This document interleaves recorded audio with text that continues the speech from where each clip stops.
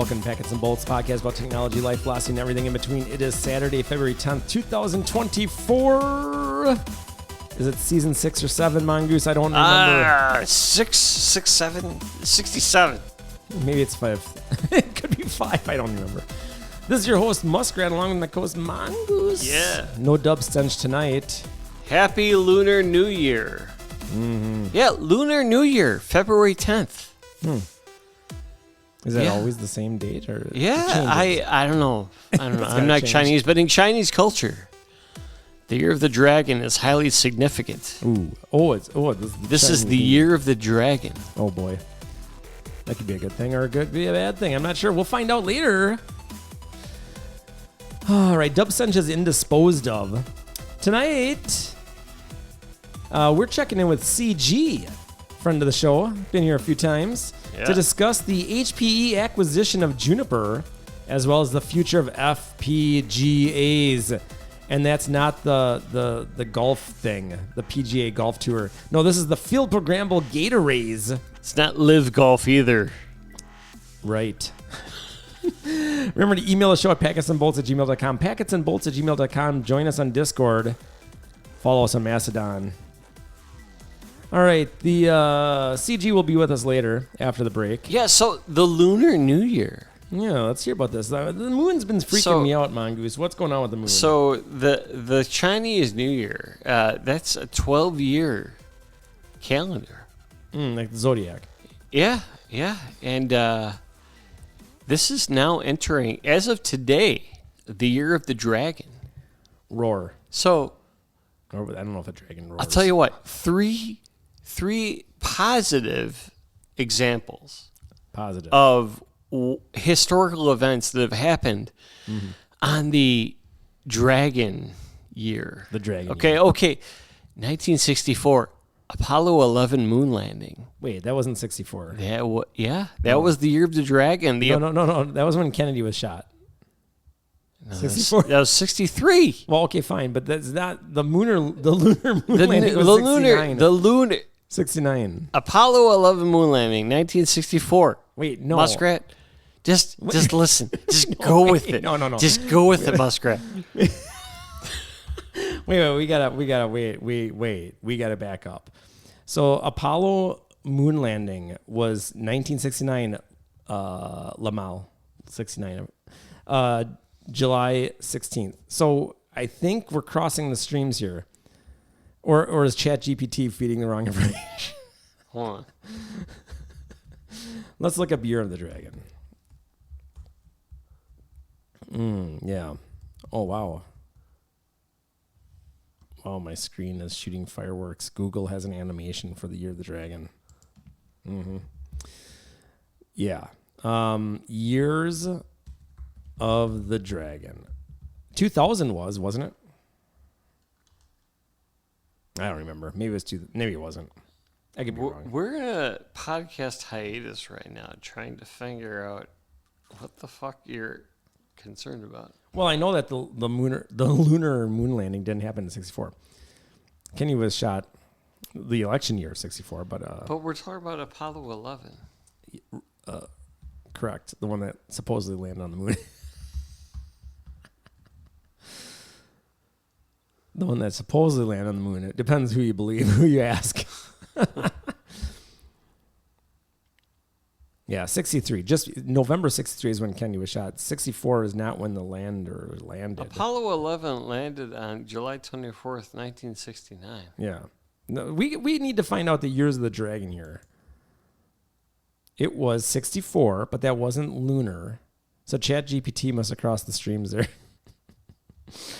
I'm just joking. I don't think you're using ChatGPT right now. I could be wrong. Wait, but I did use for this. Oh, jeez. No, Mongoose. What's the first rule of Fight Club? You don't use ChatGPT. And this is why Packets and Bolts doesn't condone the use of AI, because it doesn't know what it's talking about. And Mongoose should have known better.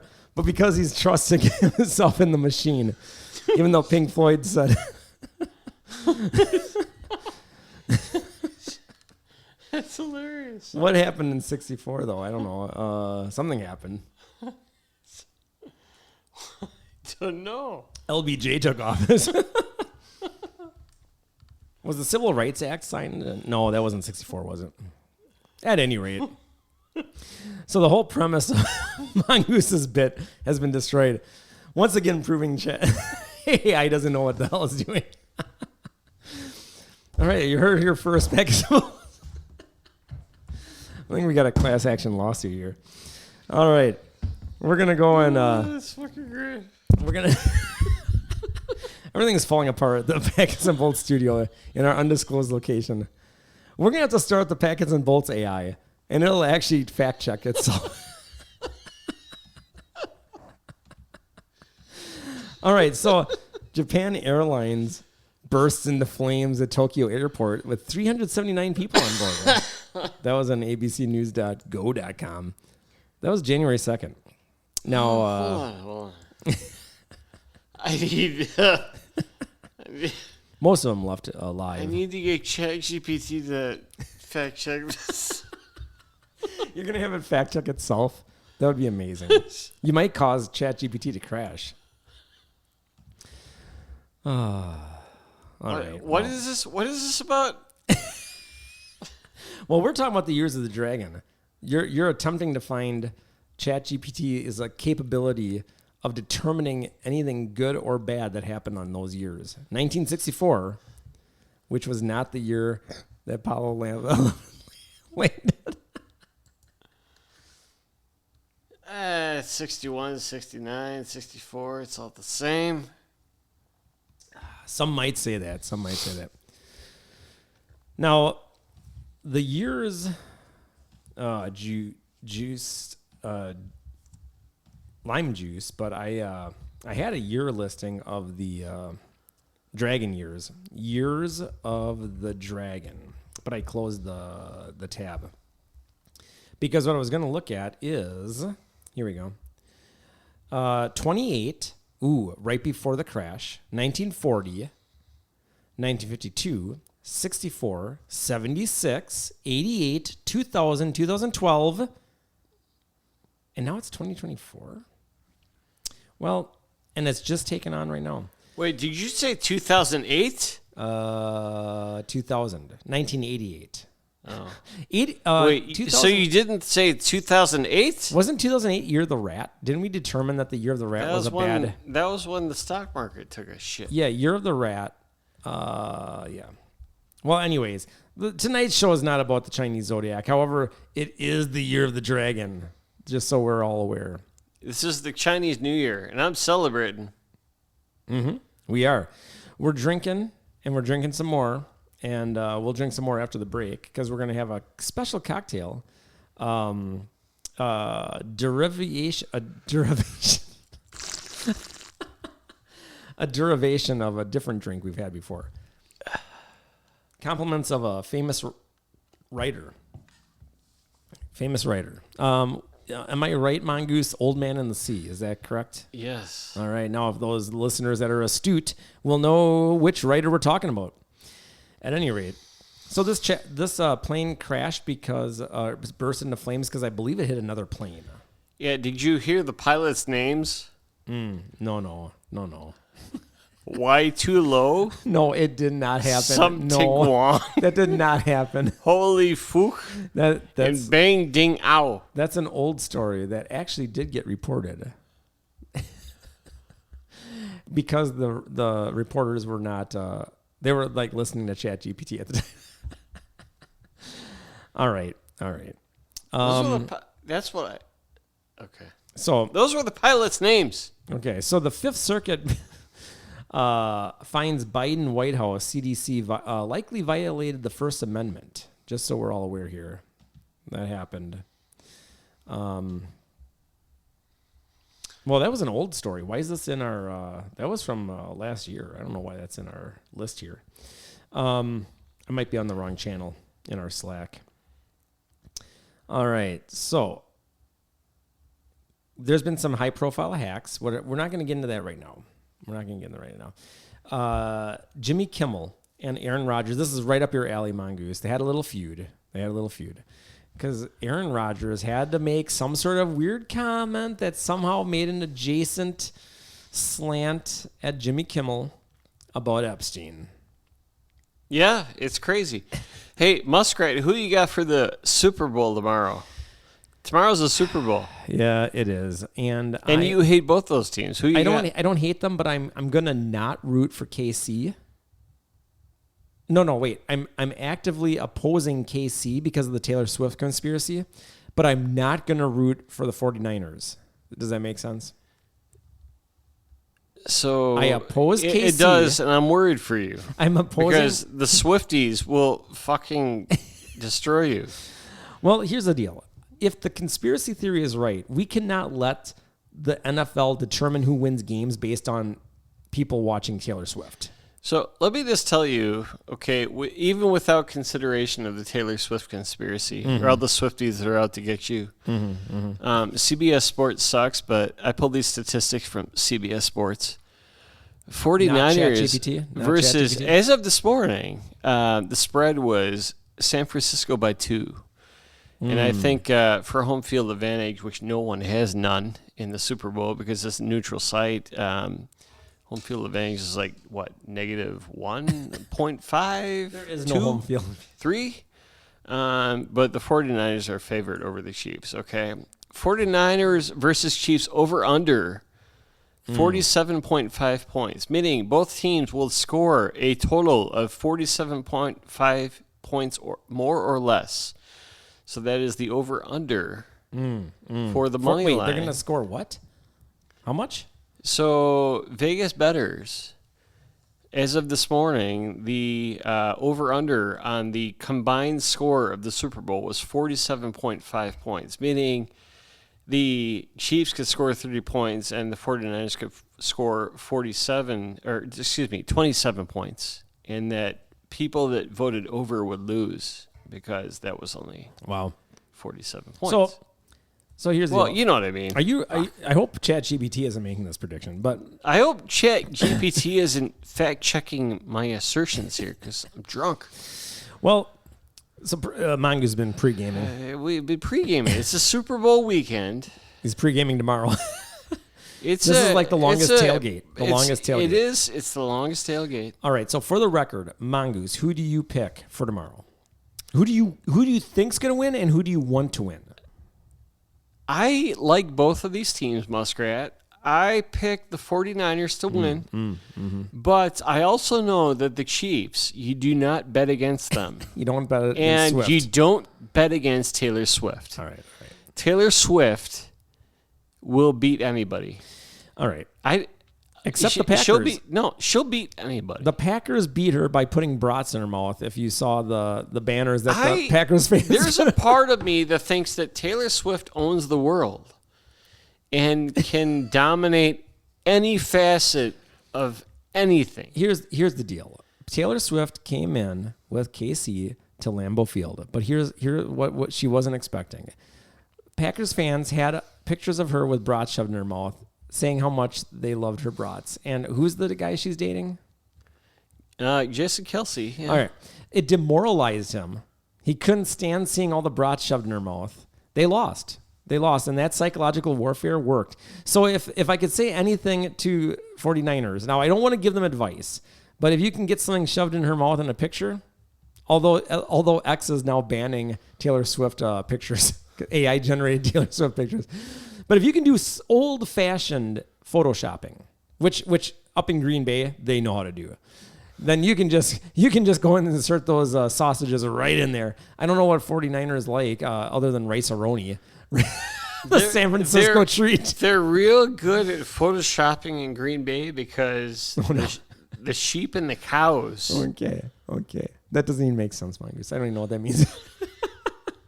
But listen, if they want to put some rice-a-roni on Taylor Swift, they should do that. But here's the deal. I'm not rooting for the 49ers. I'm just rooting against Kansas City. Does that make sense? And who do I think is going to win? I think the universe is going to win by 20 points.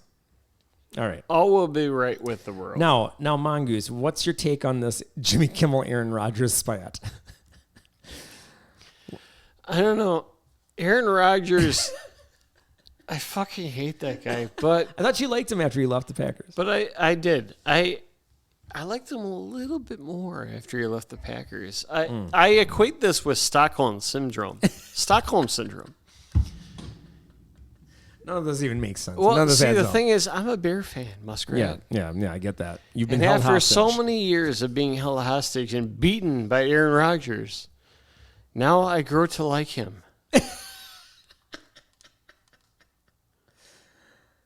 Let's just leave it. No, I don't want to leave it. That's just fucking gay to leave it at that. No, I don't like that fucking guy.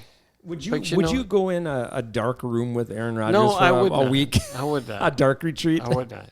Unless there's lots of drugs. All right. Well, Rodgers has a lot of drugs. All right. Now here's the deal. I think Rodgers is perpetually hilarious. Like everything that comes out of that guy's mouth is gold. And I think he should just have a talk show. Like if you just put Aaron Rodgers, like in Jeopardy, something, man, just let him go. Let him riff. Like whatever comes out of his mouth, I'm laughing my ass off. That's all I'm saying. Let him rap about vaccines. Yeah, sure. Let him go off on anything he wants. Yeah. He has a unique twist. You never know where it's coming. You think you do before he says it, but then you're like, "Whoa, I didn't see that coming." Like I would have never thought half the shit he comes out like a darkness retreat. Never even heard of that before he made it famous. Yeah, and after he did that, I kind of want to go on one. Right. It'd be cool. Like the first 10 minutes, you get down there and they shut the lights off, and then you're like, "What the fuck did I sign up for?" Right. I'm sure it's much safer. I don't think he did it.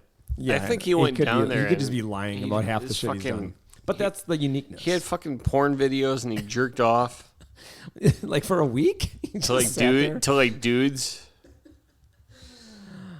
Gotta pass the time somehow. Mongoose, you need to don't Rogers is funny. All right. Let's see here. What do we got? You got the list up there? Otherwise the Holy Eucharist reported wait, what? What happened? What is going on here? There's a Eucharist stolen? I haven't heard about a Eucharist theft for a long time. Holy Eucharist reported stolen from Oshkosh Adoration Chapel. This is from WBA.com. Where the fuck is Oshkosh, dude? I don't know this story. This is from January 24th. January 3rd. I did not put this up there. Yeah. So don't steal the Holy Eucharist. Yeah, don't do that. Do it.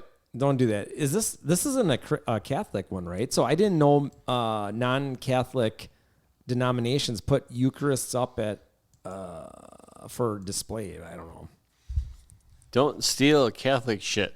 The alleged heist happened on December 29th.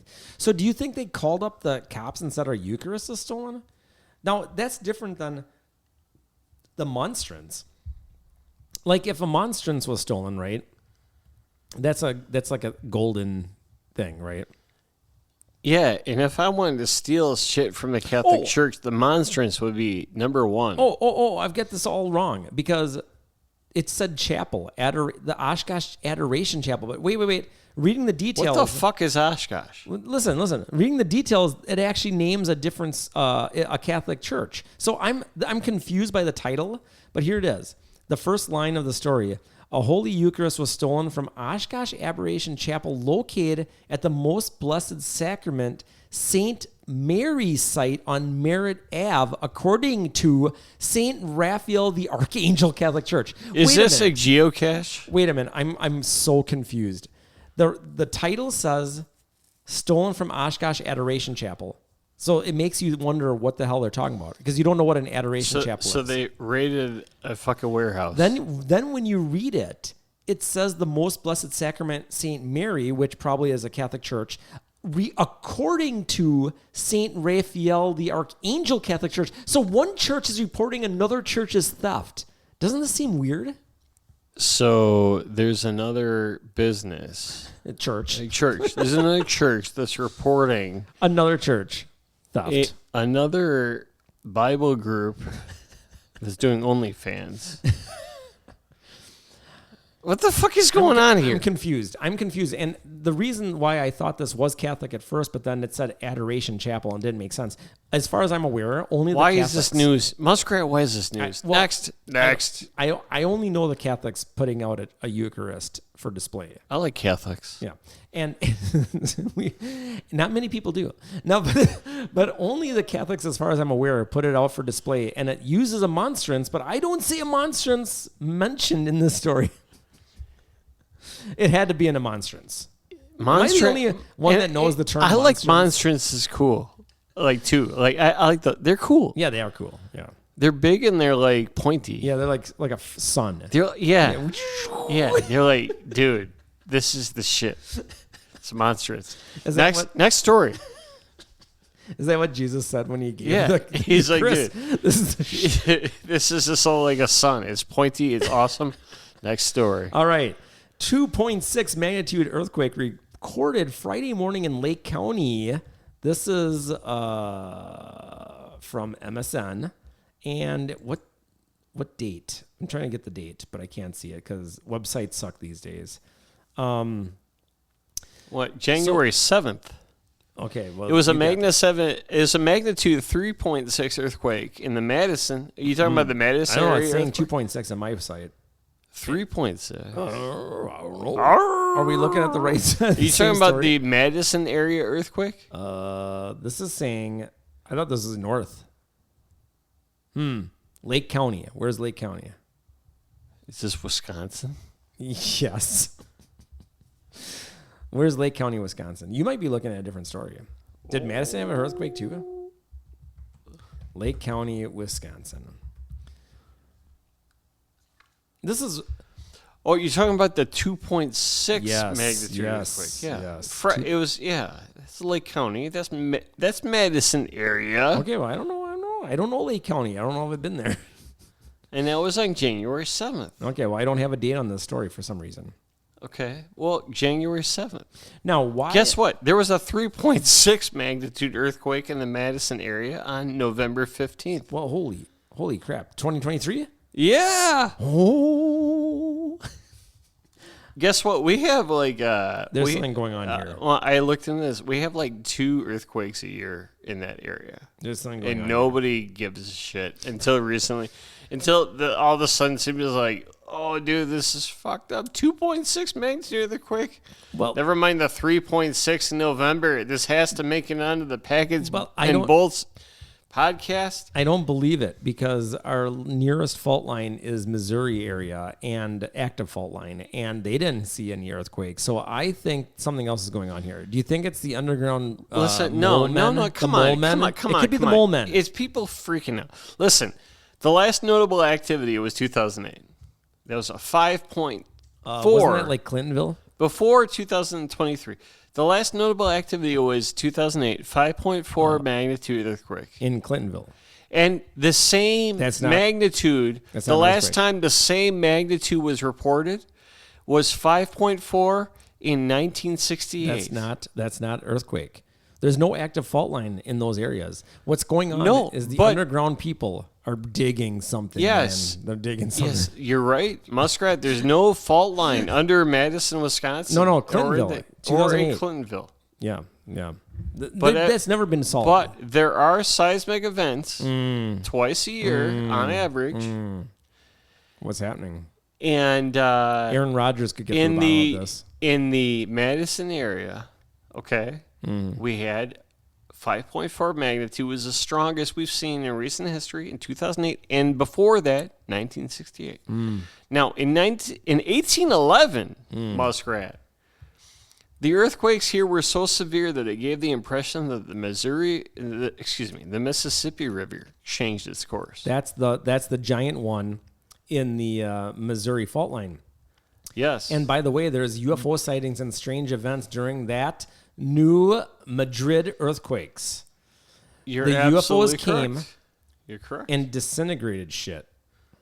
It wasn't an earthquake, man. It was an attack. But the problem with the idea that it was UFOs was that so much shit People saw happened, and UFOs. people were so freaked out that they saw UFOs. Well, you're just and it could have just been. You're just gonna imagine traumatic stuff happens to you, so you see UFOs in the 1800s. Typically, when you see things, it's because of a traumatic event. And you see UFOs, and they blasted people too. Yeah. Yeah, and melted stuff. So we're talking about when that happened in 1811. We're talking about like magnitude, and they didn't have the measurement scale at that point. But we're talking 7+ on the Richter scale. Okay, so this is nuts. The danger now, and we're due.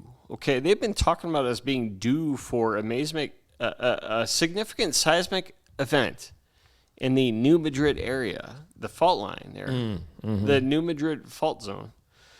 FEMA predicted that a large earthquake would cause widespread and catastrophic physical damage across Alabama, Arkansas, Illinois, Indiana, Kentucky, Mississippi, Missouri, and Tennessee, home to some 44 million people. Jeez, so much for a 7.7 magnitude earthquake would cause hundreds of collapsed bridges, tens of thousands of severely damaged buildings, and 500,000 households without water for an extended period of time. Yeah, so much for Favre's retirement and his Medicare fraud. Transportation systems, hospitals wrecked, police and fire departments impaired. It's not good. Yeah, so here's the deal. It's coming. It's coming, Muskrat. Here's the deal. In the 1800s, you don't magically see UFOs because there's a traumatic event, and they don't shoot at you. Listen, I'm just saying, let's look into the history, okay? What we need is Aaron Rodgers to go into a dark room and figure this out. Yes. All right.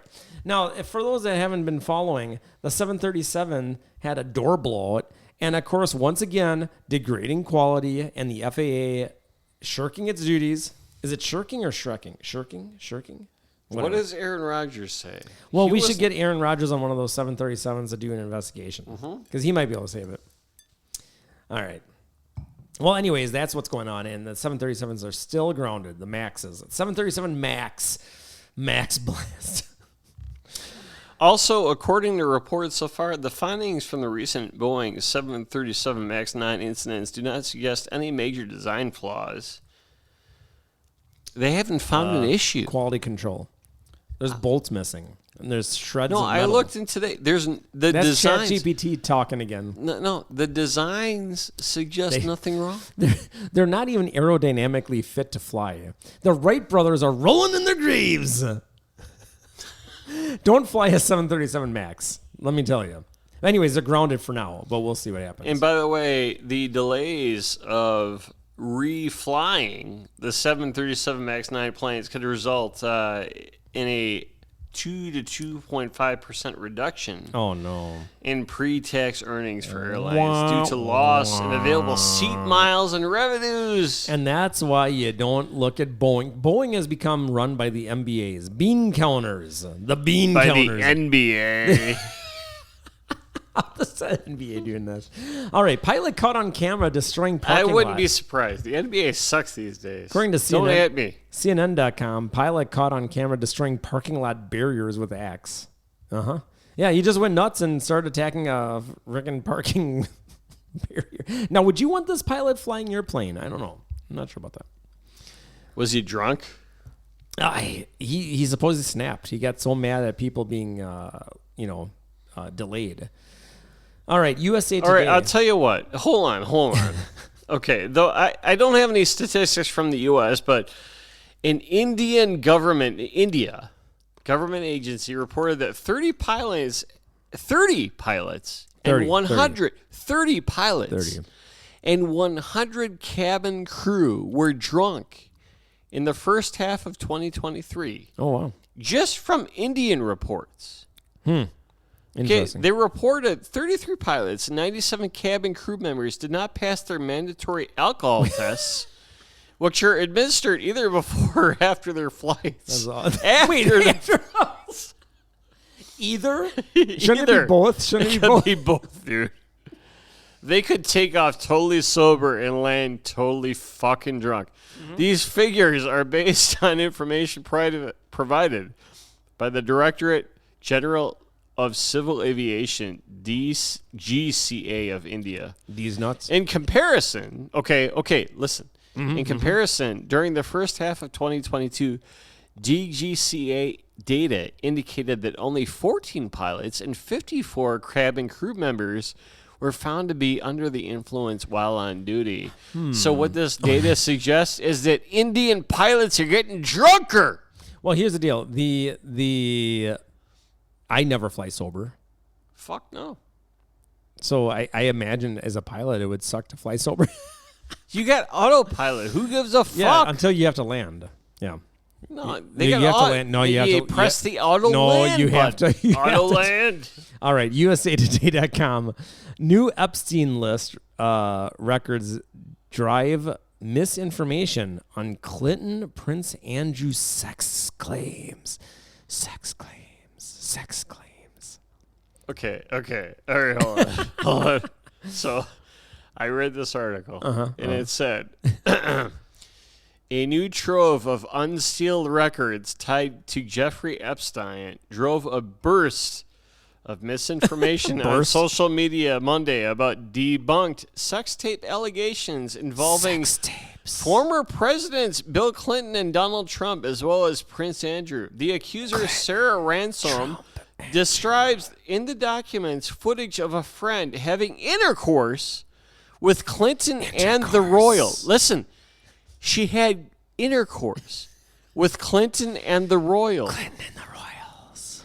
She also says a friend confided in her about having been sexually intimate with former President Donald Trump. Okay, listen. Did Sarah Ransom have a threesome with Prince Andrew and Bill Clinton? Well, listen, it wouldn't surprise me. Let's put it that way.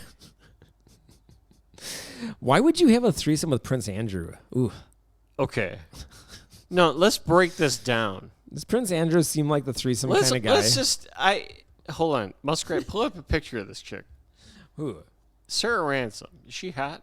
Wait, I don't know, but... That matters. That matters Prince for the Andrew narrative. is the more concerning one. Sarah what? Ransom? Ransom. Is it not ransom? Like ransomware? Okay. I got her picture. Okay. I can see what's happening here. Oh my gosh. Don't even. Yep. Clinton went the throat route. Prince Andrew had the ass route. Who would do a threesome with Prince Andrew? I'm not talking about her because she's Sarah obviously Ransom and Bill Clinton, obviously. Well, she's forced to. She's forced to. But so it's not her fault. But why would Clinton listen? Clinton and Prince Andrew? Are you telling me they're doing the Golden Gate Bridge thing, you know? Is that what's going on here? Yeah, it was totally, yeah. Oh, it's horrible. No, Eiffel Tower, Muskrat. Oh, is that what? I'm sorry. They were high-fiving. That's the Eiffel Tower. Horrible. Horrible. So is it ransom, like actually the ransom note? I don't. She might have sent out a ransom note afterwards, but yeah.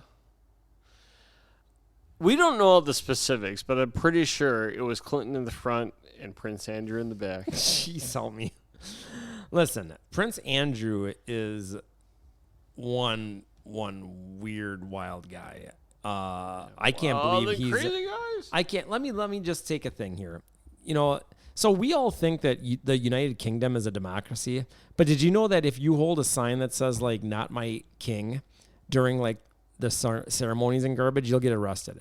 So first of all, let's just throw this idea out. They're not a democracy. They don't give a shit about freedom of speech. And can we explain why a modern country in today's world has taxpayers supporting a monarchy when they have, you know how many assets, how many billions of dollars in assets the royal family has, and they still get taxpayer money? And Prince Andrew is perving it up with the likes of Epstein. I'm just saying. Muskrat, we're American. We have no room to talk. Well, no, wait, we're better than that. No. We don't have a royalty. Now, listen, I'm not saying Clinton is any... Royalty is just one family that's singled out. Like, we have all the wealthy here. No, we do. But we don't have a protected... You know, the monarchy can actually do shit to politics in Britain. At least in Britain, you can root for Prince Andrew to get fucking laid. I don't even know what that means. The point is, why do they sell a monarchy? France got rid of it. A lot of countries got rid of it. To our UK listeners, free Assange and kick your royalty out. Free Assange. Yeah, and don't let Prince Andrew bang. Yeah, don't let him in your house. Don't let him in your house. I mean, I said root for him, but now I'm thinking about that. I gotta walk that back. What'd you say? What did you say? I don't know. What's it? Next story. All right. Bad software sent postal workers to jail because no one wanted to admit it could be wrong. And this is another UK story, not a democracy. Yeah. UK, your fucking shit sucks. You basically... Your software sucks. Your moniker sucks. Sinclair, you should have let Sinclair run your computer business because he was the shit. Okay. No, is Sinclair still alive? I think Sinclair is still alive. He made the ZX86 or whatever the hell it is. I had one of those. If you are a fan of a Premier League team, email packets Don't bring balls. soccer into this. Yes, please. No, football. It's football. It's football. Email packets of balls. Gmail.com. Tell me, and I want to know about the crime rate around your stadium. And I want to know how well you chant. Okay, listen. Boom. The point is, they probably let ChatGPT create the software of their postal bullshit, and then it sent people to jail. Yeah. That's the end of the story there. All right, so I'll tell you what. Most software is shit, but... True. As end users, we take that for granted because it works and functions well enough thanks to the Scrum leaders. It's because of Microsoft. The Scrum. We should do a story on Scrum. All right, I'll tell you what. Hold on. Here's some statistics about poor software. Just for perspective. Hope it's not from ChatGPT. The Consortium for IT Software Quality reported in 2020 that the cost of poor software and quality in the U.S. was approximately $2.08 trillion. Oh, murder. That included the cost associated operational software failures, unsuccessful development projects, and security vulnerabilities. Okay. The 2018 developer survey by Stack Overflow indicated that on average, developers spend about 13.5 hours a week addressing technical debt and maintenance issues, which could be considered as time spent dealing with bad code. According to the 2017 State of Code review by SmartBear, 15% of software projects having at least one bug per 5,000 lines of code. Wow, one bug per 5,000. Wow, holy crudoli. 15% of software projects, one bug per 500 lines of code.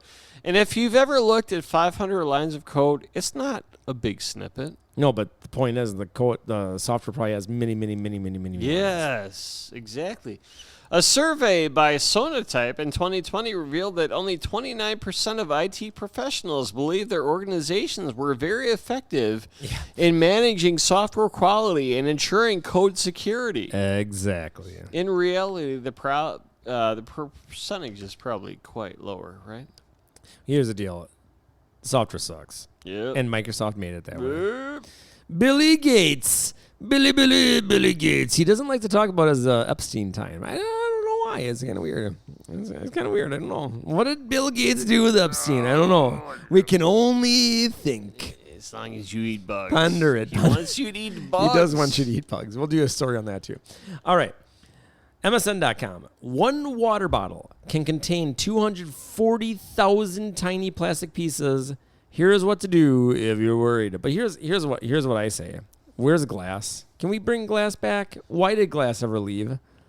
I don't want to drink out of plastic anymore. Look, the article says that these tiny bits of broken down plastic, known as micro and nanoplastics, range in size from 5 millimeters to 1 micrometer. And they could fuck you up. But Municipal water treatment plants are somewhat adept at removing microplastics. Oh, that's okay. good. Yeah. So okay. So you buy bottled water, and you're like, oh fuck, I bought bottled water, and now I got all these microplastics. But then you decide to be enlightened about municipal water treatment plants, and you realize that okay, they remove microplastics at a rate of about 72%. Only if you dump it down the toilet. However, drinking it. They're not adept at removing nanoplastics, Muskrat. That too. That's a problem too. Studies have shown that the removal of microplastics just defers them also into the sewage slugs that is often reintroduced into the ecosystem via land applications. Yeah. And furthermore, consider the dangers of estrogenic compounds as well as other chemicals into our water supply. Mm-hmm. Okay, so when we're flushing birth control pills and shit down our water supply, thereby reducing and causing cancer in the population, the Associated of Reproductive Health Professionals, AHRP, says research suggests that environmental endocrine disrupting chemicals can have significant impacts on human health. These EDCs, which include various chemicals and medications, have been linked to early puberty, infertility, developmental defects, and are almost ubiquitous in the human body, including pregnant women. A critical step in addressing these concerns is improving water treatment processes to limit the presence of all chemicals and medications in water. Additionally, that's one of the solutions. There's a need for more research to understand the risks and harms of these chemicals in our environment. Here's a novel idea. Ultimately, what I'm getting at, Muskrat, is that if you're not drinking bottled water, you're drinking estrogen. Listen. And what's it going to do? What's it going to do to you? Where are your balls going to go? Here's a novel idea. How about you just use glass? Like we don't need to do studies on what this does to you. Let's just do glass. We used to use glass. It's an inert substance. We used to have inert things. Now we have reactive things. It's annoying. All right. Nationwide. This is Reuters.com. Nationwide German farmers blockade a heap pressure on Schultz. Yes, guess what? Farmers everywhere are revolting because Bill Gates wants us to eat bugs. That's what they say. But here's the deal. So there's climate change happening, and all of these governments are putting the burden on the everyday common person, where the majority of people causing the climate problems are massive industry that releases tons and tons and tons of CO2 and other gases. So why are we punishing farmers, etc.? And that's what they're mad at, and that's what they blockaded. Okay, so the focus is coming on the Germans, the German farmers revolt. Okay, so this kind of harkens back, and keep in the back of your mind the Canadian trucker. What the farmers, they revolted. Well, they did a trucker farmers, protest. But it was a trucker protest. No, they were truckers. And then the government seized their personal funds. Which shouldn't be able to happen in the United States, but in Canada, apparently they can. Yeah, so personally, I don't like Canada because of that. That's just me. Well, they're also, they're related to the Crown. That's another UK problem, Mongoose. So nobody has seized these German protesters, but the good thing. The thing is, it's not just Germany. Okay, so the summary of the German farmers' revolt. Okay, they've brought tractor convoys out to block roads nationwide. The chancellor warned of an extremist threat.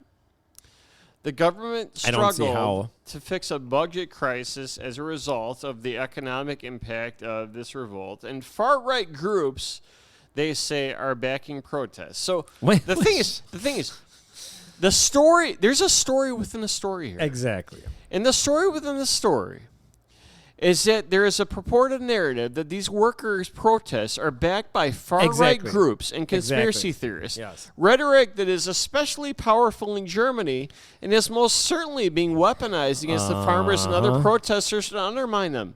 Consider the parallels to Canada and Turkey process, and consider the parallels to Nazi Germany. Okay, when you invoke that there are supported by far right groups in Germany, who do you think comes to fucking mind? A certain goose-stepping nation. Yes. But here's the deal. So, Workers Uniting is a traditionally far left. Well, I wouldn't even call it far left. It's just a left idea. And so what do you do when you're faced with a common man problem? You paint it far right. And this is the playbook that's been taking place in the last 5 years. Anything you do that might be a little bit left, you say it's far right, or funded by the far right, or the far right extremists are in there. Oh, they've usurped it. And it happens over and over again. And in Canada, they did this.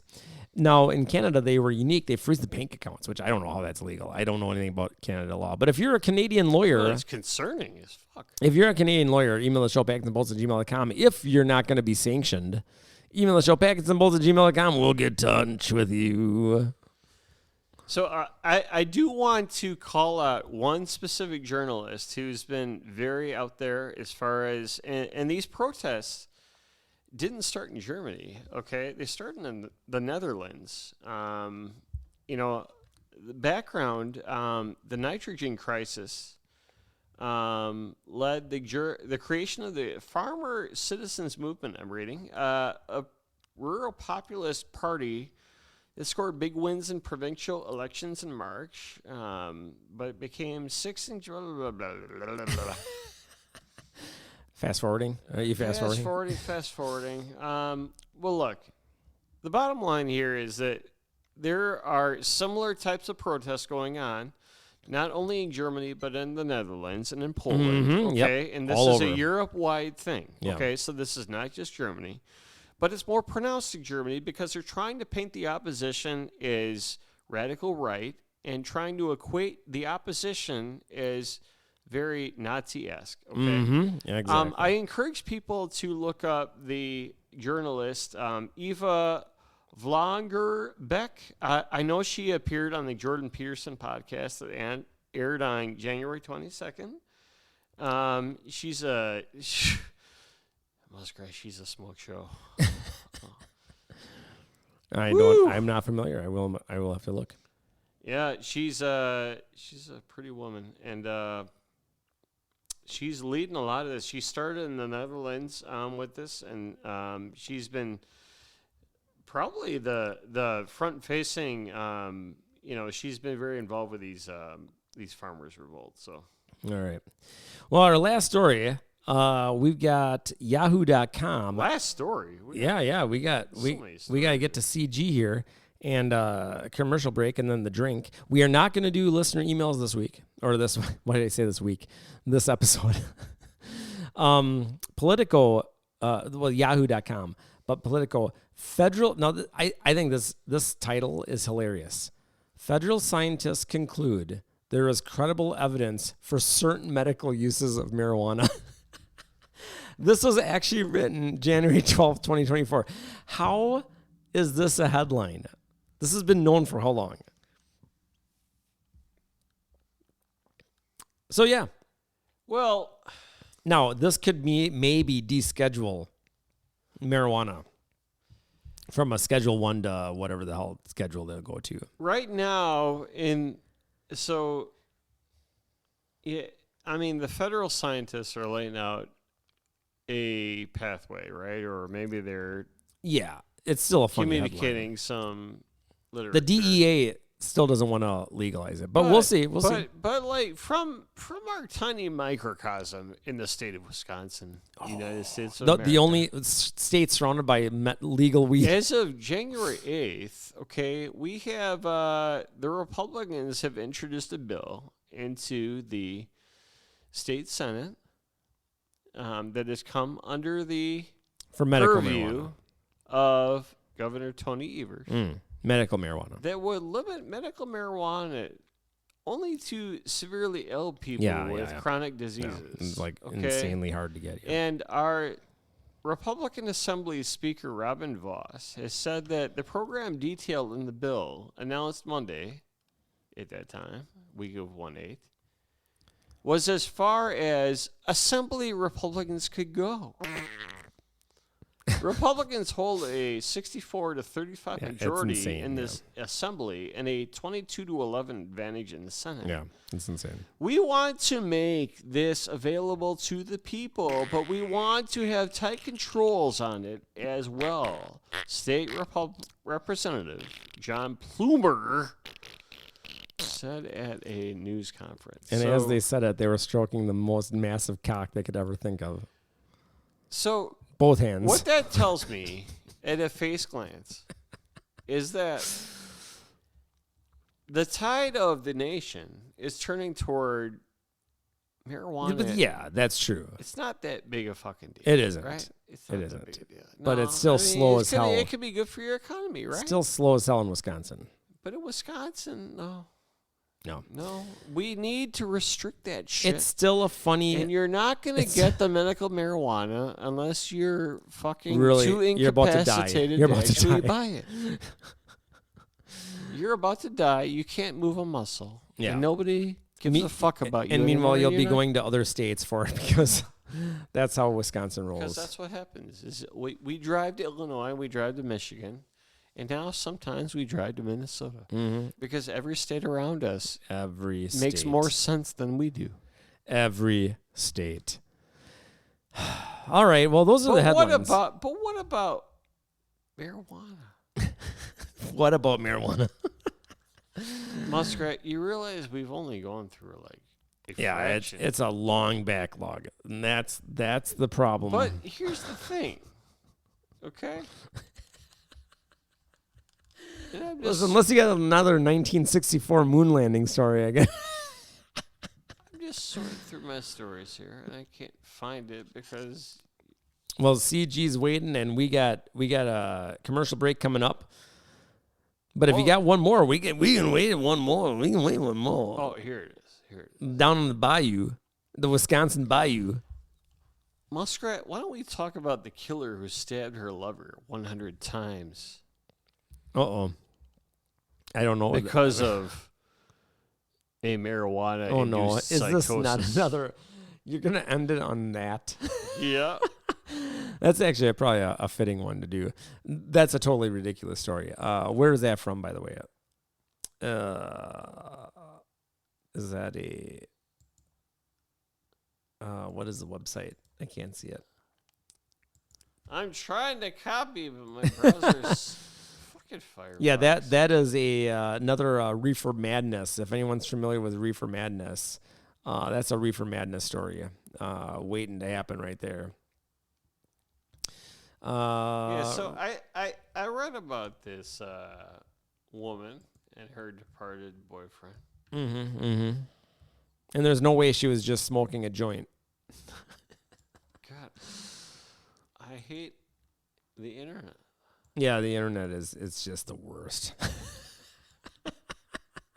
It is, and partly because of Google, but don't use Google, by the way. I'm just saying. I'm just trying to fucking control V. I'm trying to control C and control V. Control C, Control V. Control C, Control V. Control C, Control V. It's not that easy. Yeah, I'm trying to find that story, and I know what you're talking about. All right, here we go. I got it. I just had to click it. You just gotta click it. Yeah. So, allow ads.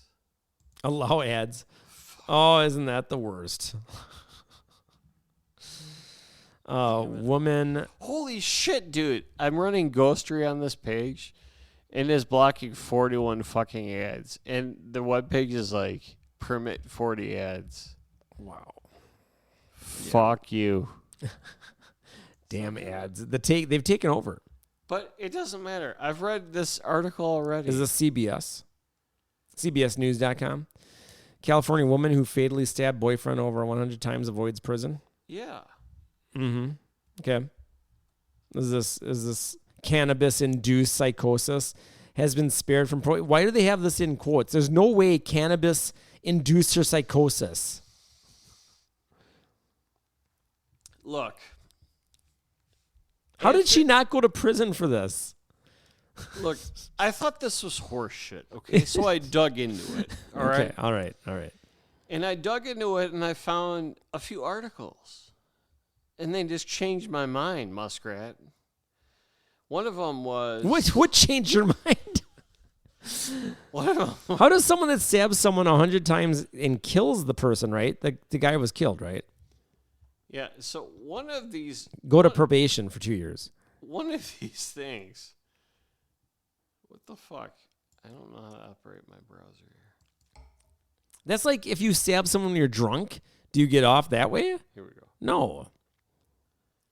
Yeah, so I found the rates and correlates of cannabis-associated psychotic symptoms in over 230,000 people who use cannabis. Okay. It says that a study published in Translational Psychiatry examining cannabis-associated psychotic syndromes, CAPS, in a large sample of cannabis users. This study, considered the largest to date, focusing on CAPS, found that less than 1% of the people who use cannabis required emergency medical treatment at some point in their life due to the emergence of CAPS. The study highlighted that factors such as young age, mental health vulnerabilities, particularly psychosis liability and the use of high-potency resin, were associated with an elevated risk of CAPS. So the preponderance of these types of behaviors is extremely low, but it's not absent. Someone could start stabbing someone 100 times.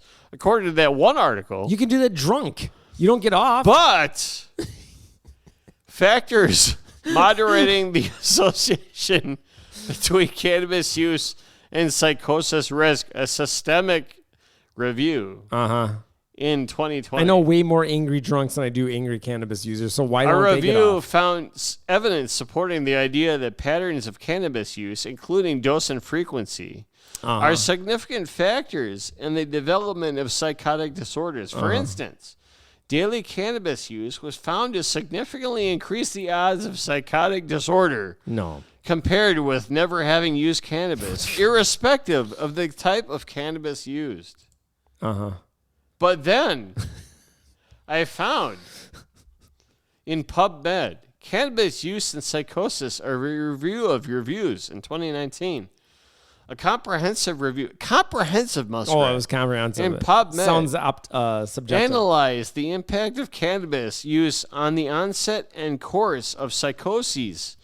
This review, which included multiple systemic reviews and meta-analysis, concluded that psychotic illnesses arise more frequently in cannabis users compared to non-users. Moreover, cannabis use was associated with a dose-dependent risk of developing psychotic illness, and cannabis users have an earlier onset of psychotic illness compared to non-users. All right, once again, how many drunk people get into fights? So where's that? What I must conclude from this is that if you smoke marijuana or do any type of marijuana at all, you're gonna get crazy. You're going to have psychosis. You're going to play the piano extremely very fast, and really well. You'll gain skills. You will gain skills. Sounds like a win-win to me. All right, I'm shutting this show down. This is ridiculous. This is the most ridiculous story ever. And the fact that was this a jury or a judge? I don't even know. This is ridiculous. 2 years jury, in prison. Judge, and executioner. Yes, Judge Dredd. This is 2 years of probation for stabbing someone fatally just because she was stoned. What the hell's wrong with this place? And if the guy did it, would it be the same thing? All right. Anyways, that's the headlines. February 10th, 2024. Packets and Bolts. Remember to email the show, packetsandbolts@gmail.com. Packetsandbolts@gmail.com. Follow us on Discord. We're going to check out CG and the Juniper acquisition by HPE, attempted acquisition, as well as FPGA's field programmable gate arrays. After this short break, we'll be right back. Hank Carlson here, proprietor of Baked Beans and Books and Furries Wear Boots. Did you ever wonder how many bites it would take to get to the bottom of a giant vat of baked beans? Well, I tried it once, but all the beans kept collapsing in on the hole I was making. I ate the whole vat. Stop on down to Baked Beans and Books to get yourself a heaping handful of baked beans and peruse the selection of books. While you're at it, stop at Furries Wear Boots. 11111 State Street, Madison, Wisconsin. Baked Beans and Books. When books just aren't enough. And we're back. It is Saturday, February 10th, 2024. First show of the new year. What is this, our 6th season now? I don't remember. Maybe it's 7. Email the show, packetsandbolts@gmail.com, packetsandbolts@gmail.com. Join us on Discord. Follow us on Mastodon. OnlyFans is up and operational. Mongoose was in there the other day. Yes, always. All right. We are joined by CG. From my own account, just to be clear. Is your private account? My private account. Okay. Hey guys. Hey, CG. It's been a while. Yeah, it's good to be in the wilds of Wisconsin. Mm-hmm. The best place on earth. All right. Well, we're going to get into the topic here. We're talking about some acquisitions and FPGAs. But I don't know which song do we want for drinking. This one might be good. Yeah, there we go. So we're making a Hemingway daiquiri today. And it's basically like a daiquiri. It's got rum, but there's no simple syrup. Instead, there's grapefruit juice and maraschino liqueur, which I've never had before today. All right, it's already been mixed, so no sound effects today. Salute, everyone.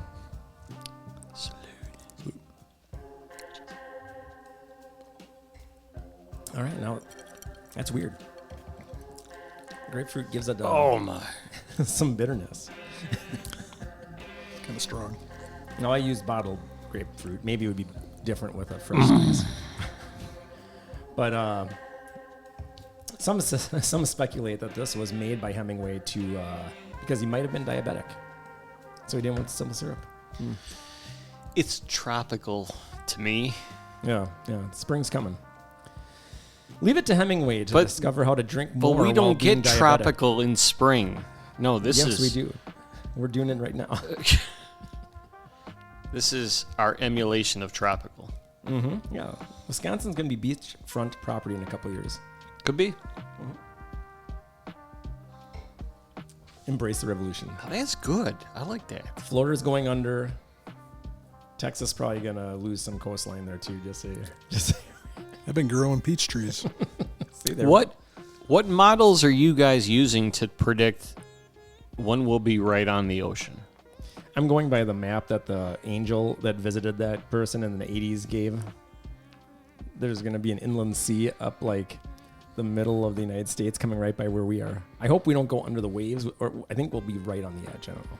See, I want oceanfront property right before I pass away. Okay. So I'm trying to Just before you plan. pass away. I mean, you can't plan when you go, but you can estimate it. So I'm waiting for the climate change to bring me To the sea. to the sea. And then pass away. Yeah. Okay. All right. Sheboygan's going to be premier real estate. That's right. But that's too fast. They're also They're too ocean. they're also a big surfing capital. Did you know I that? mean, they're just on a lake now, but it will be an ocean quickly. Not many people know there's a huge draw for surfing in the Lake Michigan. So if you want to go surfing, email the show packetsandbolts@gmail.com for a Packets and Bolts guided tour. We'll show you all the good waves. I don't know any jargon for surfing. So. Hang 10, but but when you're surfing on Lake Michigan, don't you just get pulled by a rope? No, you surf. This is different. Do you actually get world-class surfers on They Lake do. Michigan? They come from all around. Yeah? Yeah. It's a different thing. The waves are more like tightly packed together or something, and The waves are it's tight. totally neat. Yeah, it's tight. It's tight. All right. So in the never-ending stream of acquisitions, HPE is buying Juniper, which I don't like, and I think maybe it still could be denied by. I would assume it's got to be approved. I don't like this, but what does everyone here think about HPE? I don't think they're a great. I love it. You love it. Mongoose is on the record that he loves it. I love it. What about you, CG? I think it'll be interesting for HPE because I think it'll position them to get into markets that they've struggled with. Sure. In particular, I feel like the reason HPE bought Juniper, or intends to buy Juniper, I guess is the better way of putting it, is for their Mist AI platform. So, you know, You can explain HPE, that for the so HPE's been doing a big push for their AI infrastructure platforms. So they have GreenLake, which is essentially their data lake for storing data. That powers a lot of their things like Aruba Central. So they also purchased Aruba a couple years ago. And now with this Juniper acquisition, there's a overlap pretty much between what Juniper's product portfolio looks like and what Aruba's portfolio looks like, including their management platforms. Juniper has a really cool management platform called Mist, and it's all AI driven from the ground up. And I think that's a competitive advantage that they have that other vendors don't have. Well, I've heard their Juniper wireless referred to in terms of Mist. So, like, when did AI become a part of this Juniper management platform? It's always been, the AI's always been part of the Mist thing, but it's, AI can be a lot of different things. Obviously everybody thinks about ChatGPT as being AI, but there's, machine learning and that kind of stuff is also AI, and Mist takes advantage of a lot of the machine learning angle on that. And it can do that, but it's more than just wireless. It does all their wired switches too, and their SD-WAN can fit into that. So they got a lot of cool stuff with Mist, and I think they're further along in their infrastructure side on that, whereas companies like HPE and Cisco basically have to build infrastructure from ground up if they're going to go after AI, because one of the big problems with AI is traditional relational database structures don't translate to AI. You need a vector-based database for the AI so that it can search for key terms in a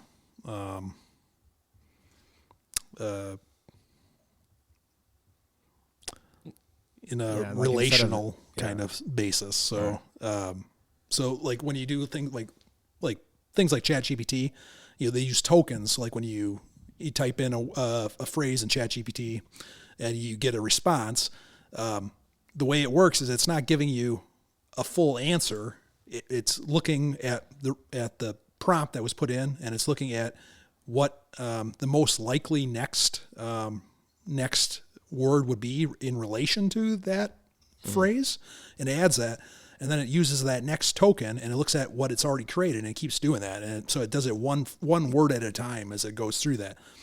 And where this plays into Mist is in order for AI infrastructure to really exist, you need to have your data structured in the same format that those types of tools are looking for. Otherwise it's incompatible essentially to be able to translate that. So I think the AI angle is really what's driving that acquisition. All right. Well, so I've heard good things about the Juniper switching, and I think Mongoose, you've been going through a whole migration at your one of the places you've seen, right? Yeah, I mean, where I'm at now, we're converting a lot of Cisco access switching to Juniper. We're not doing anything in the data center, nothing complicated. So there have been some Juniper routers here and there, but yeah, and Juniper routers they've been solid for years. But I'm worried about HP now is going to have their legacy HP switches, right?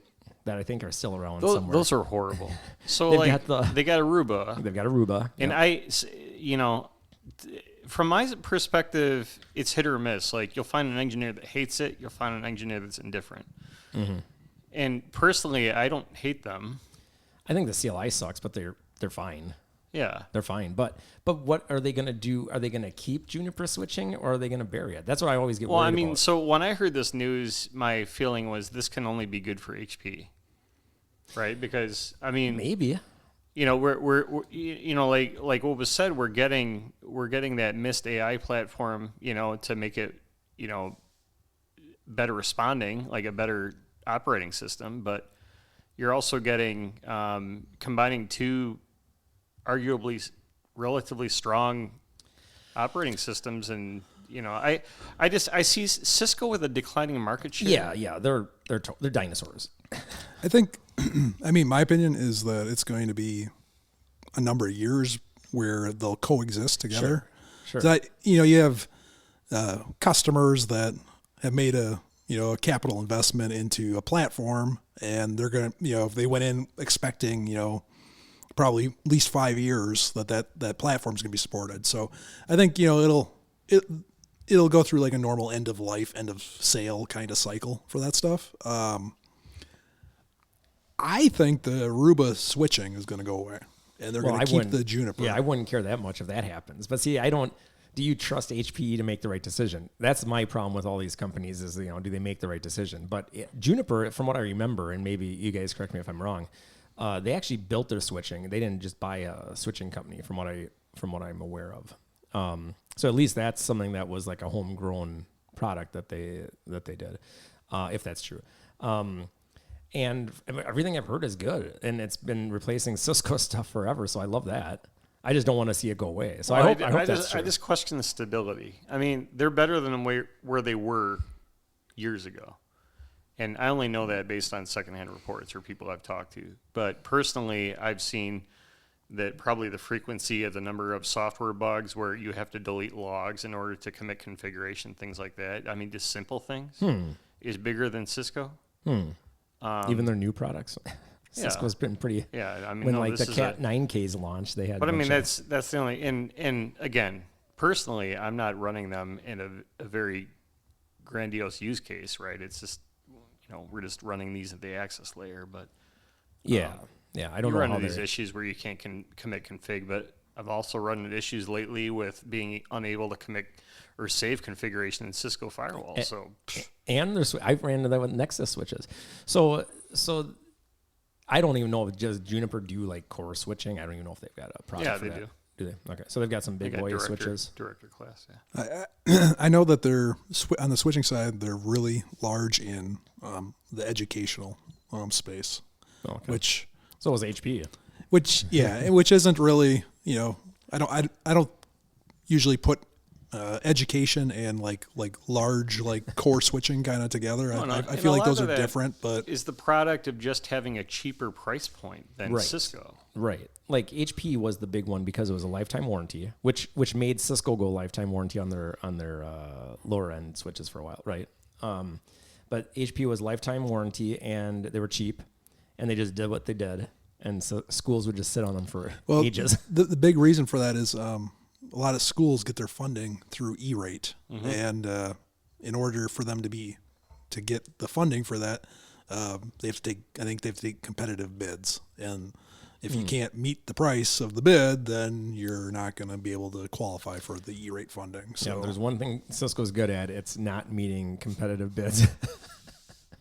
So I think being able to hit that dollar range is critical to certain lines of industries like education, where it's government funded for some of that stuff. Well, the other position that HP might be looking for is it gets them in the service provider market.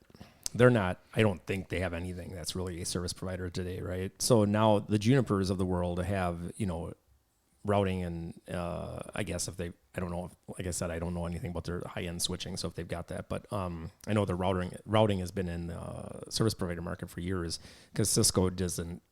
decided back in like the late 90s not to play hard in that area. So they're definitely in the service provider, but not anywhere near where they should be. They've kind of focused on enterprise to their detriment, I think, which they're going to see coming years as people start ditching them. Well, I just read that Cisco is going to be doing some major layoffs again. Ooh. So, oof.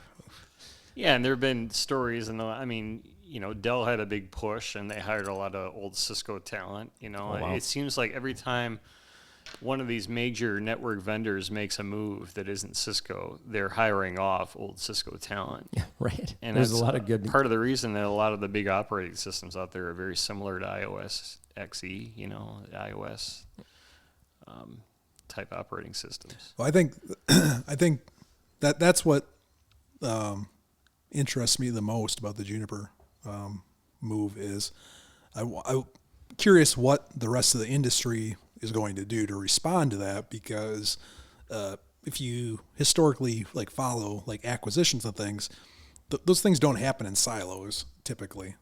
If one company acquires a major player, that spurs all the other companies to do the same thing. So there's some players on the market that are in that small to medium kind of range that I think could be acquisition targets for potentially for Cisco to go after. Well, and we saw it with SD-WAN, right? So now if you consider AI a similar type of technology trend grab, and if Juniper is a large part of that acquisition because of Mist and AI, what are the other major vendors going to respond with?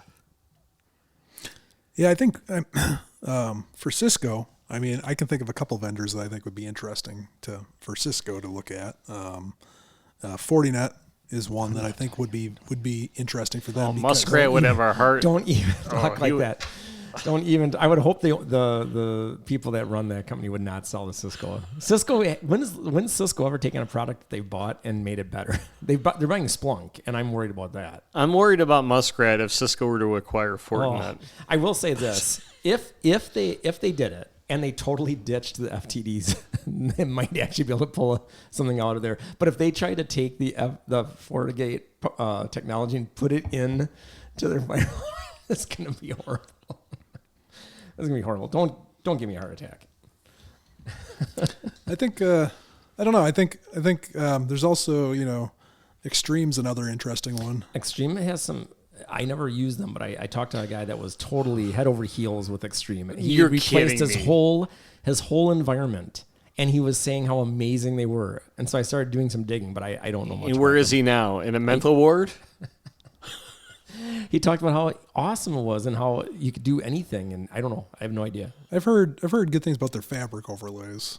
Right, that's what it. Yeah, because we all know that if you come from Cisco SD Access, which is once again, it's like they take someone.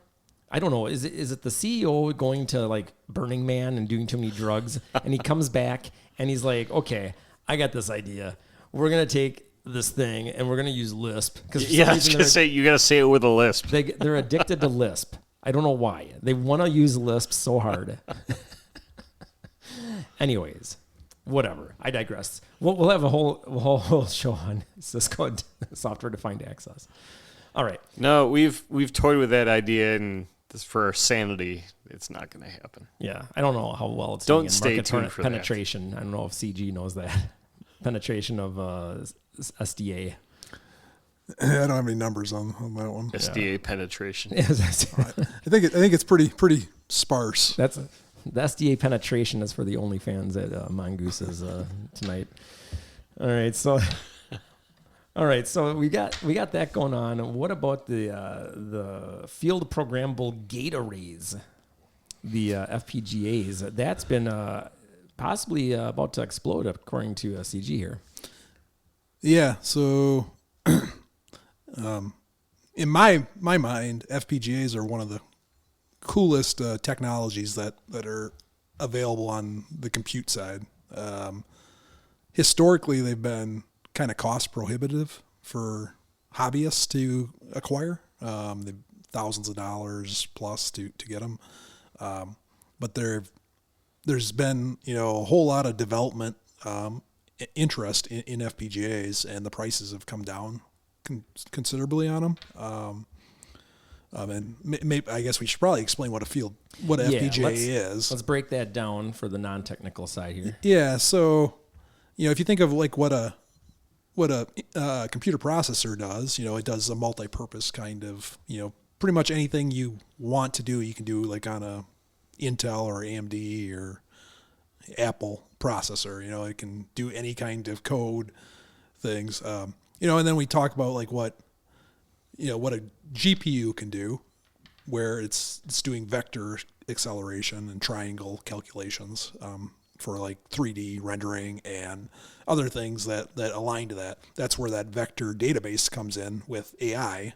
A lot of the hardware acceleration for AI fits into the GPU space because they're looking for vectors, and the data structure for AI is also vector based. So they fit together really well. So that's a processor that's very very good at the task that it's trying to do. An FPGA is a very different take on a microprocessor framework.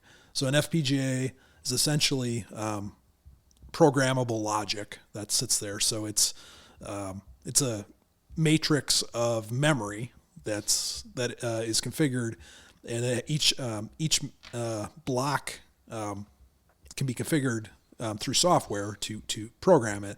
And all that said, what that ends up doing is you can recreate anything essentially that uses logic in an FPGA space. So, for example, you could take a blueprint or a schematic that exists and that's compatible for an FPGA, and you can recreate a Intel 486 processor. And you can load it on your FPGA. You start executing it. Your FPGA is now able to run code as if it was a 486 processor.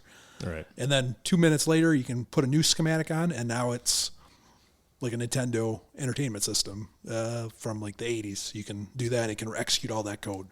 Right. So what's driving the explosion of FPGAs is not the hobbyist side of like what's going on. It's really like 5G and networking is what's driving the FPGA adoption. FPGAs have always been heavily used in the telecommunication space. And the reason they're used there is because they have hundreds of thousands of dollar network devices that are made, and anytime they need to do like a new function, if they didn't have an FPGA, they would have to remanufacture a new device.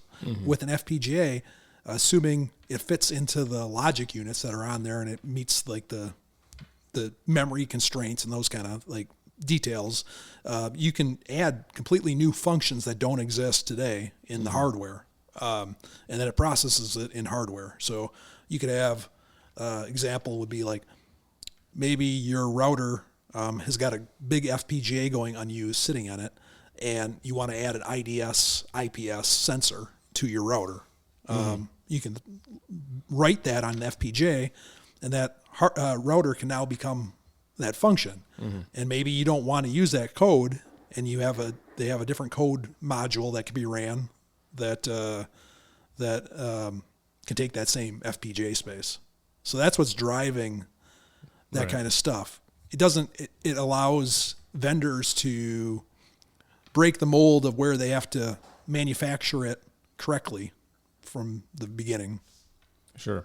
So on one extreme, you've got a general purpose processor like any CPU that's in your computer, and that would be on, let's say, the left hand side, can do almost anything that you can program, but there's a speed component to that is not as fast as dedicated hardware. On the right hand side, you've got an ASIC, which is basically an application specific integrated circuit. So that's where you have a specific set of things you want to do, and you create a hard static processor. That's the fastest. And in the middle is your FPGA, where you're basically morphing it's a hybrid between the general purpose CPU and the ASIC. So you can create ASIC type logic and change it when you need to. This is what Palo Alto uses. But is that accurate, Muskrat? So CG, my question is an FPGA more of a rival to ASICs and evolution to ASICs, or is it really a middleman? I like how Muskrat explained it on where it's kind of a middle ground. It recreates the same kind of performance improvements that an ASIC would give over a general CPU, but it's not as fast as an ASIC. So the ASIC is faster than what an FPGA could do, but an FPGA can be faster than what a general processor can be, and it has the advantage that it's not fixed like an ASIC is. So an ASIC can only do the one task that it's been designed to do. You'll see that with like Bitcoin miners and things. ASICs, yeah. They used ASICs to accelerate that process. Some smart people also figured out how to do that in FPGAs. Right. And that allowed them to have a miner that's not only Bitcoin, but it could be any other cryptocurrency that could be mined that fit the requirements. And is programmable. That's the key, right? Yeah. The reason the ASIC gets a little bit of a speed bump is because you're tossing out extra stuff that's not needed. The FPGA has to have a bunch of different hardware in the mix to be able to change itself. So that's why it's the field programmable gate array is an array of gates. But yeah, so Palo uses that. Palo in their firewalls, and FortiGate went more with ASICs. But you're still a FortiGate guy. There's multiple reasons why that is. But I don't know. I don't know about the modern architecture. They probably have some FPGAs too. And just like CG was saying, Cisco gear you've had to upgrade FPGAs, I'm sure. Typically routers. Yeah, there's like some part of there that needs to get microcode updates, and who knows what they're changing. Yeah, they have a different acronym for what are the programmable things you have to upgrade on a Nexus switch. Well, there's also like EPGs and whatever that is. Yeah, I don't. Well, no, that's ACI stuff. I think it's EPGs, endpoint groups. I think. No. Maybe I'm thinking that, but there's something that's like it, but it's some hardware. There's a different acronym that's similar to Yeah. And it's annoying because it should just be bundled as part of like their main upgrade, but you have to like look for. So what the consequence of that is? This is a total tangent. You come to something that's been upgraded for years and they've never upgraded that stuff, and then you're like, that can cause stability issues. So you have to go and patch that. Yeah, they've used FPGAs in like the service provider space on all the hardware routers for quite a few years. I think it's probably 15 plus years at least that they've been putting those in there, and that allows them to provide completely new functions that they didn't have when they shipped the product. So it's pretty cool. And then 5G and AI are driving the acceleration of interest in FPGAs in 2024. Those are the big things that are pushing. So FPGA. I can understand the AI part. I'm still fuzzy on the 5G. Why does 5G need FPGA so bad? I don't know why it needs it, but it comes down to there's so many different radio MIMO, multiple in, multiple out, that they use it essentially as a coprocessor for so you have your chip that sits there, and your cell phone processor that like a Snapdragon or whatever is in the processor for your phone.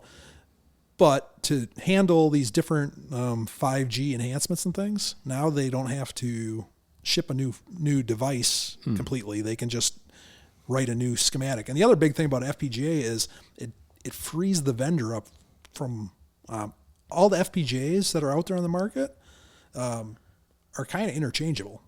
So that you can buy a FPGA from one company that manufactures it. You can buy it from a different one. You can load the schematic, and now you've abstracted your hardware to the point where you're free in your supply chain to purchase it from whoever can supply it to you at a cheaper price. You're not locked into buying an Intel FPGA. If you can get it at a cheaper price from somebody else, you can buy it that way, Sure. and your software will run exactly the same. Right. You just change the. You're just changing it's the same logic. It's just the. So some of the conspiracy theorists might bring up the fact that they need the FPGA so they can load the new program of mind control into the FPGA. I'm glad you said that because it's where my mind went. That's a real concern. They're one of the problems with FPGAs is that they're vulnerable to those sideband attacks that can be put in. And because it's programmable, if a hacker actually takes control of your system, you can change the hardware. It can write a whole new function that does something, and you're not in control of it. So there's some cons to the thing, but it's pretty cool, and the market is looking, from the research I've done, is looking to be something like 8% growth for the next decade or so every year. So what does this look like on the horizon in terms of like economy? And I know this is a semiconductor-based technology, and there's shortages there, and there's concerns about mining lithium and all that stuff, and it plays into a larger global ecological discussion. Like, I mean, is this something that's going to explode on the market, do you think, or is this something that is going to be hamstrung by potentially, different regulations worldwide, different countries? Yeah, I haven't heard anything about restrictions like from the government on it, because essentially at the end of the day, an FPGA by itself does nothing. It's just you talk about like countries like the U.S. where you have like strong cryptography, like export restrictions and things where you can't do that. FPGA is just an empty vessel to load your logic into. It doesn't do anything by itself. It's just what the code is. Would you say it's just like another logic point in like maybe a chain of how things work? You've got your processor, you've got GPU, some of those things are programmable, but now you got another programmable point. Would that be a way of explaining it? Yeah. And I think what's interesting, because there's so much interest from companies like cell phones and things, which is such a big market, there's so many cell phones that are being developed. What excites me about the FPGA space is that means that all the high-end FPGAs are going to go to like all these cell phone providers, but the low-end stuff's going to keep getting pushed down further. So I think we're going to actually see FPGAs start becoming more prevalent in consumer devices, and we're already starting to see that in some hobbyist things like. There's a whole lot of like retro gaming recreation devices that are on the market now. Analog is a company that creates a lot of like classic kind of game consoles, and they're doing it all in FPGA. And 10 years ago, that would have been cost prohibitive to be able to put that on the market. Yeah, the cost has been coming down. So I know you've got time constraints here, CG. What are some of the companies you're looking at for the next couple of years for what's going to be big in the FPGA space? Yeah, I think Xilinx is one. You got Intel, AMD, all the semiconductor companies have FPGAs for the most part. NVIDIA. And you were saying what kind of growth is expected? It's how many billion today? And yeah, so it's looking like it's somewhere around 7% compound annual growth, which is pretty healthy. Right now, that means that the market for FPGAs is about $12 billion a year, which is respectable. But in the next 5 years, that's expected to become close to $30 billion a year. Wow. So that's a really big growing field, and I think all that adoption means that we're going to start seeing the low end segments start becoming accessible for our own home devices. So we'll start seeing, I think, an explosion of devices that are actually functioning with FPGAs in them. I think it's very possible that we'll see a Raspberry Pi type device in the next couple of years that has an FPGA on it. What is the net benefit, though, that you expect from like the IoT in a residence type of setting, where if IoT devices go more FPGA, like what do you think that's going to look like for consumers? I think it's for IoT. I think what you'll have is you'll see vendors kind of have these agnostic devices. So you buy like one model of device and you load the firmware image, but the firmware image is really a schematic at that point. So you load that on there, and now it's doing the function that you expect of that device to do. So whether it's monitoring things, and I mean, it's not going to replace a general purpose CPU. Sure. It has a function. Like where it excels is FPGAs are low power compared to what a general processor is, and then you can use that and it can do it faster. So there's certain sets of steps. AI is a really good one because it can accelerate AI tasks faster than what a general processor can do. Sure. All right. Well, I think that we're hearing those chimes. Mongoose, CG, anything that's on your mind here as we're wrapping up? Just want to wish everybody else again a happy Lunar New Year. Good luck. It's going to be rough. What's the Chinese year this year? It's the year of the dragon, of course. Is it? Are we in it now, or are we still in the last one? Now. We're in the dragon. All right. Join us for the Dragon 2024. It is Friday, February 10th. We're back. The 6th or 7th season. I can't remember. Remember to keep packing those bolts. Till next time. See ya.